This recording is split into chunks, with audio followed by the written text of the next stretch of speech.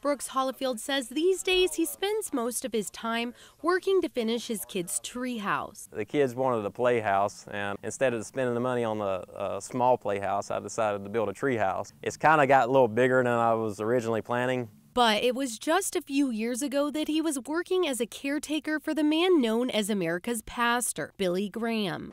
Shall we pray?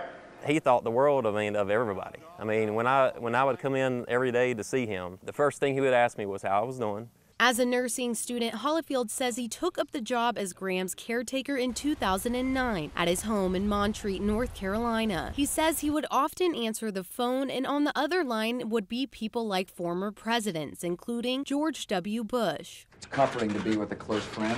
Other days, they would spend time watching TV together, where Hollifield says he saw just how much Graham dedicated his life to Christ. If we're watching TV, say a sporting event or the news, if it was an injured player on TV, he would tell me to turn the TV down, and right then he wanted to pray for him. We didn't wait till the game was over. It had to be right then. And he says there wasn't a day the Reverend didn't mention his wife, Ruth, who he was married to for 67 years before she passed away in 2007. He did deeply, deeply miss her. I know now he's with her again, and they're just celebrating. So I'm extremely happy for him. So as the world remembers the life of Billy Graham, Hollifield says he will remember the simple man who impacted millions of people's lives, including his own.